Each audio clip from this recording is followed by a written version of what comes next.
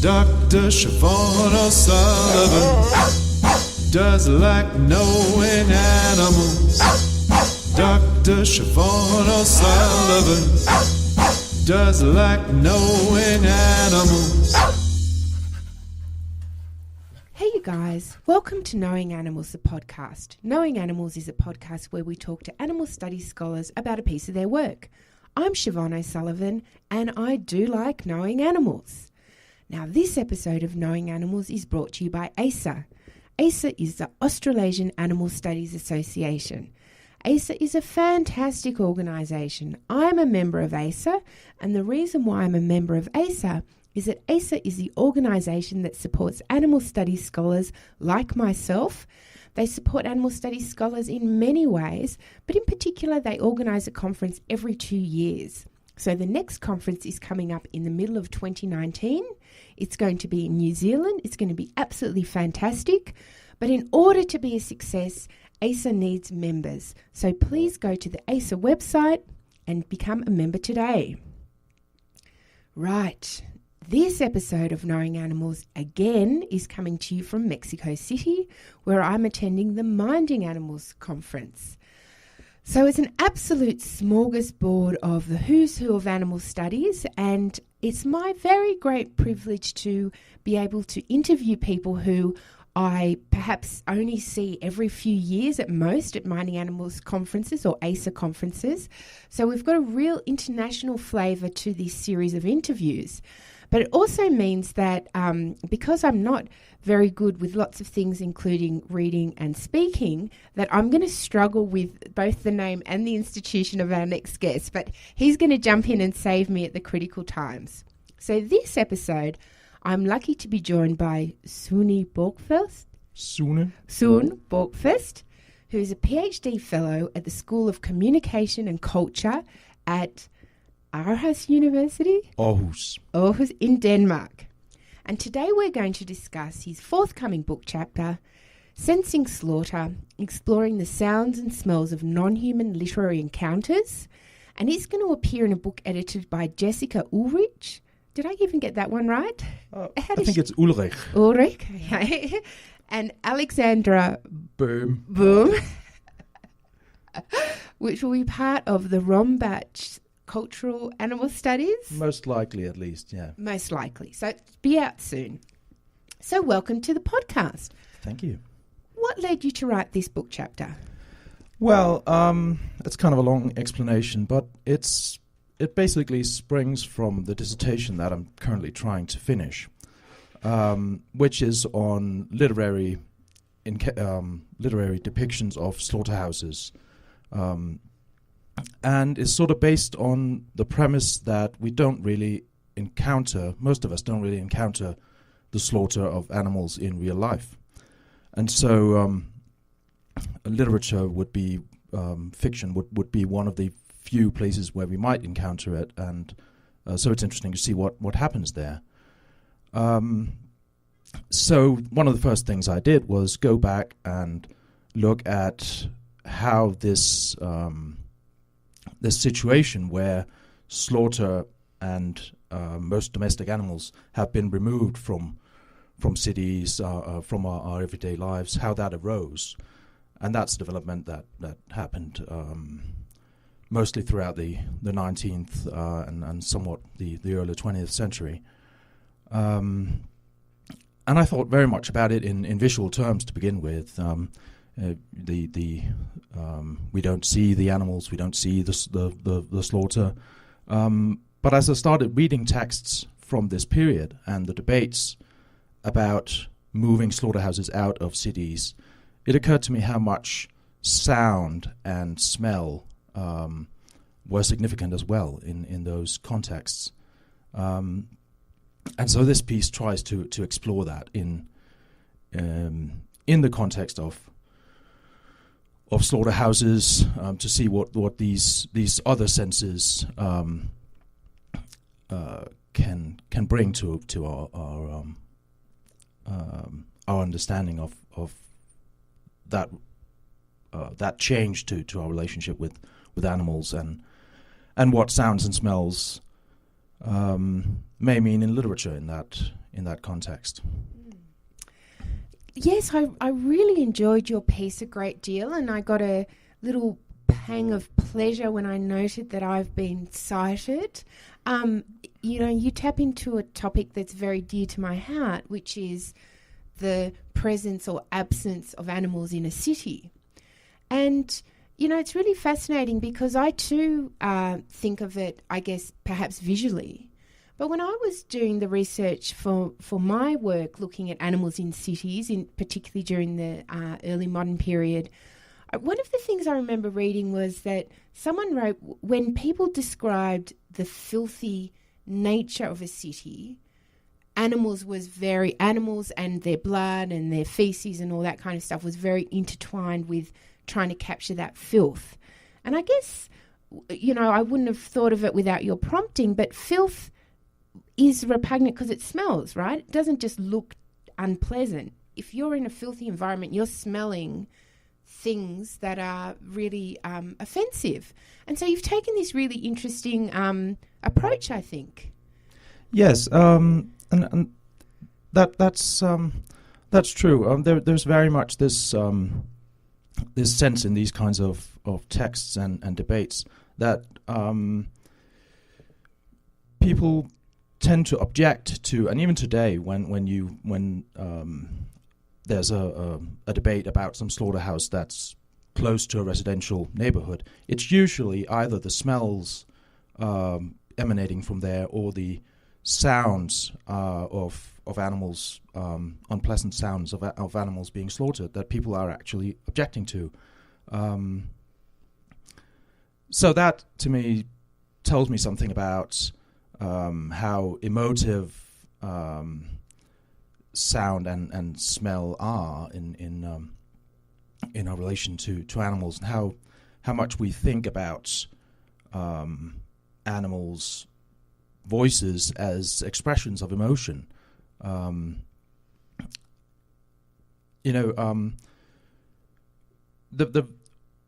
The sight is sort of a sense that allows us to look at things from a distance, right? You can sort of take a perspective, and it's traditionally seen as sort of a rational and objective sense, whereas smell is seen as very sort of subjective and emotional. And so there's an interesting. So it says something else about our relation to animals, and how we actually respond emotionally to their presence or their non-presence, their absence. So yes, on the subject of filth, definitely in the 19th century, it was very much the smell. If you read these texts, both fiction and non-fiction, in the debates around, for instance, removing Smithfield Market from the middle of London, which is an example I use a lot, you find smell quite a lot as showing just how unpleasant it is to be close to these animal markets and slaughterhouses. So, how well do authors, say fiction writers, capture the smell and sound, in your opinion? I think many of them capture it quite well. Obviously, I wasn't there in like 1850s London. Really? But I notice that there's a change in the way it's depicted over time. That it seems like authors in the 19th century know that they're writing for an audience who are used to these experiences.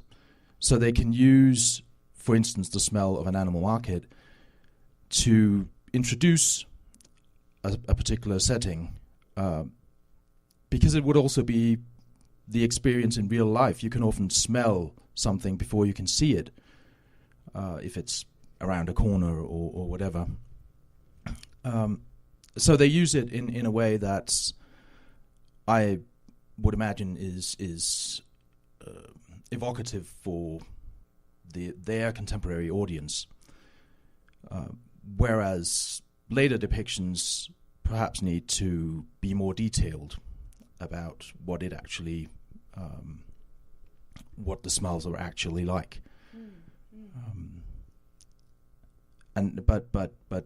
Both smell and sound, I think, continually play a role in depictions of slaughterhouses up to this day. I mean, I really love that section in Oliver Twist where they talk about Smithfield markets. I think it's a really beautiful portrayal, to the extent that it's describing something that's not beautiful, but I think it's very nicely done. Do you have some contemporary examples that listeners might be familiar with where sound and smell is used to get people thinking about non-human animals?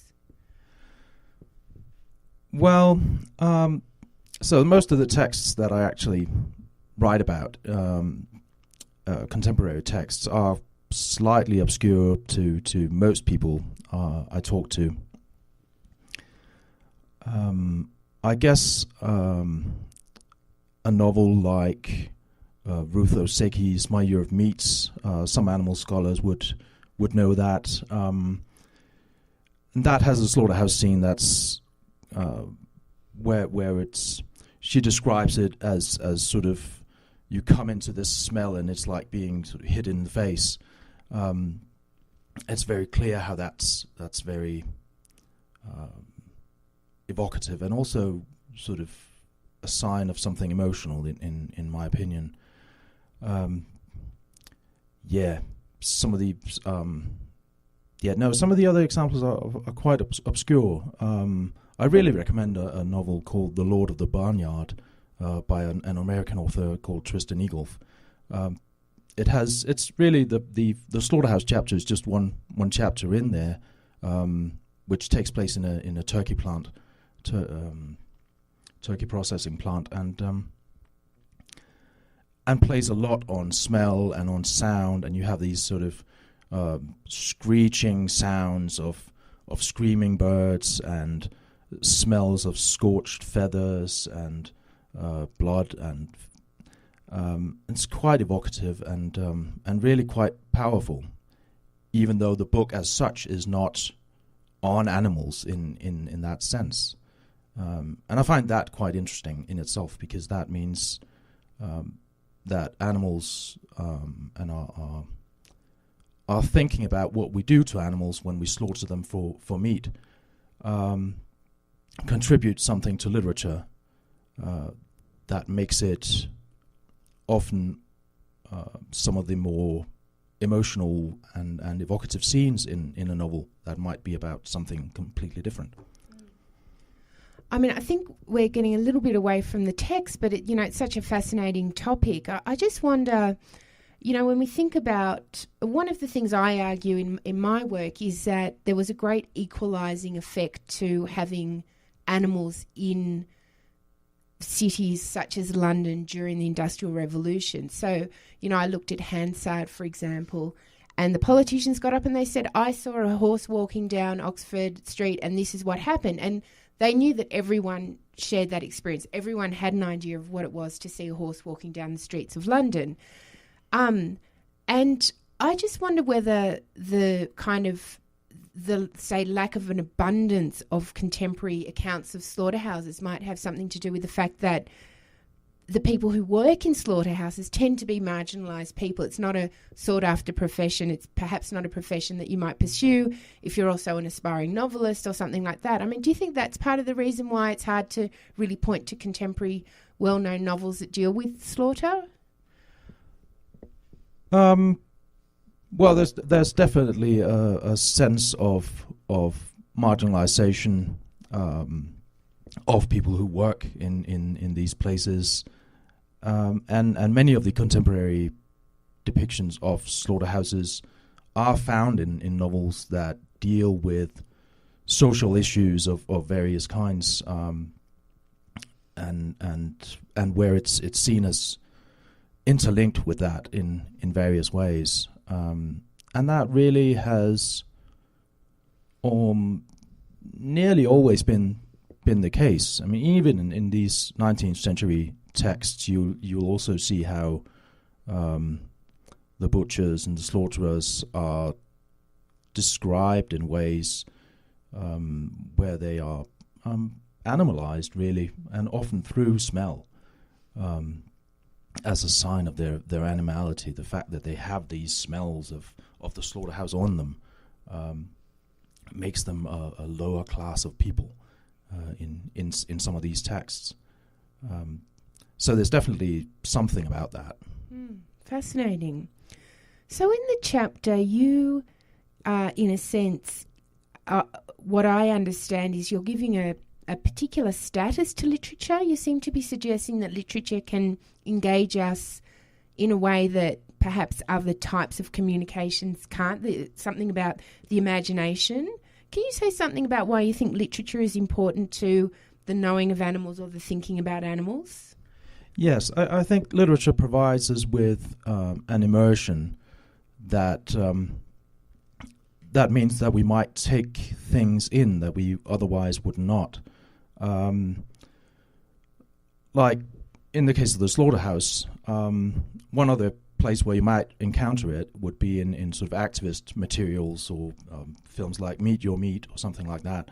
But most people would strive to avoid that kind of thing. Whereas if they're reading a novel and a chapter turns up that depicts a slaughterhouse perhaps in great detail, they'll keep reading because they're immersed in plot, and it's also something where they're already emotionally engaged, at least if it's a good novel. So I think literature can, in that way, provide us with a way into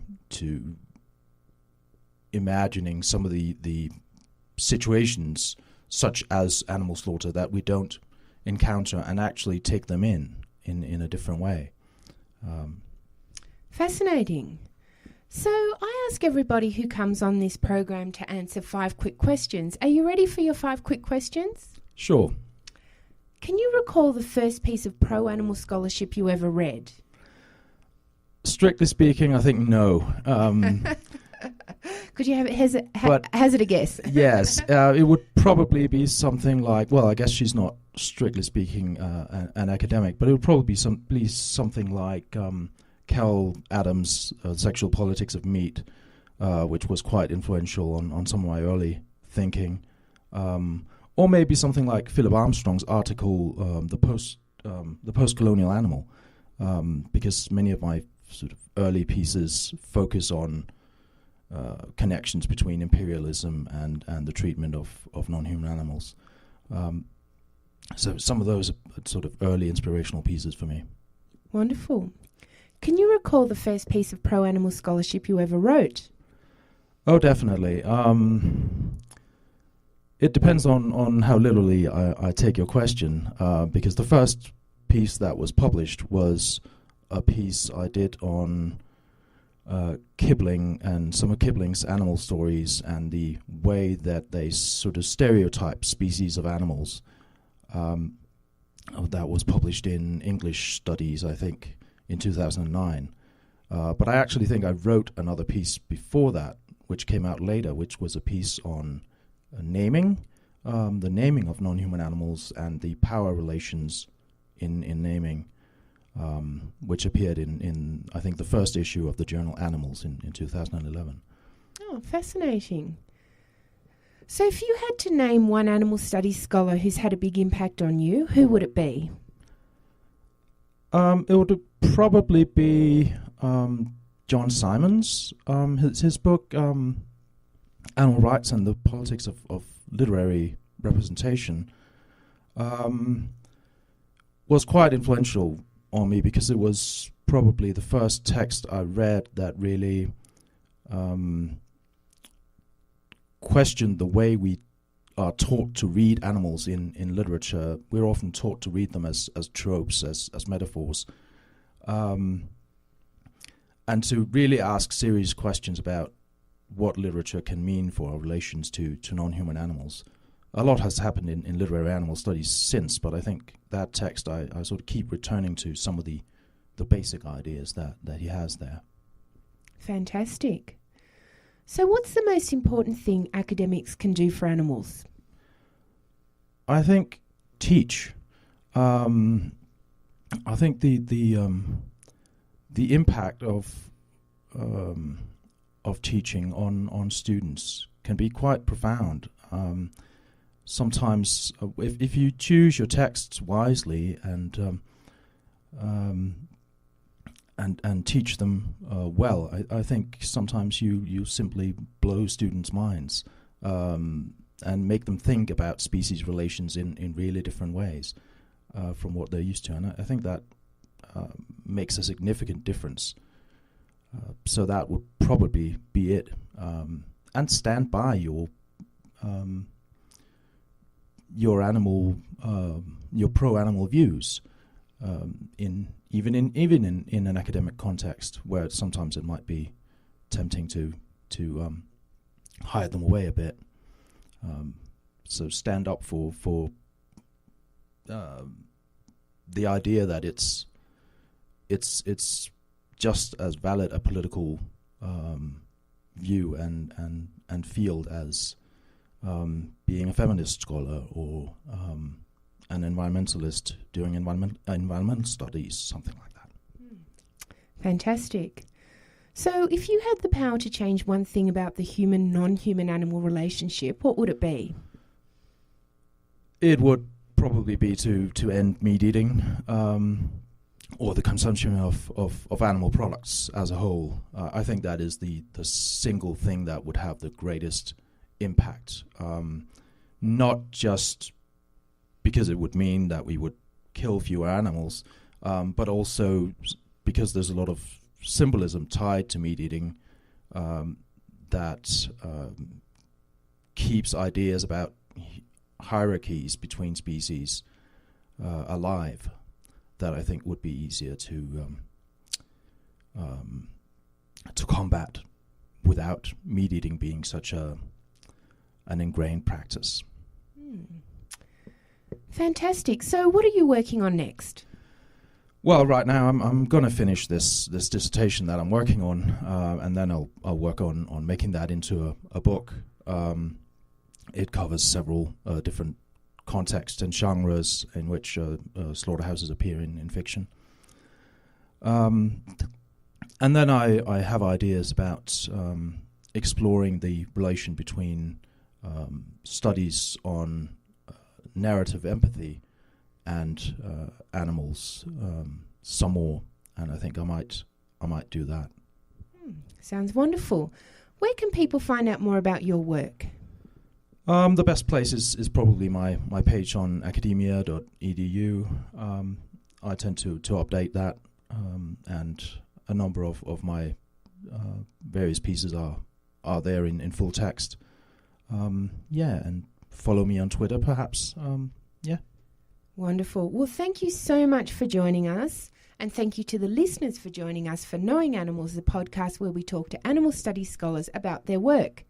Don't forget to follow us on Twitter at knowing_animals, or you can follow me at SO_S. We also have a Facebook page, which is Knowing Animals. And finally, you know what I'm going to say, don't forget to leave a review at iTunes. Reviews make it easier for other people to find us. I'm Siobhan O'Sullivan, and I do like knowing animals.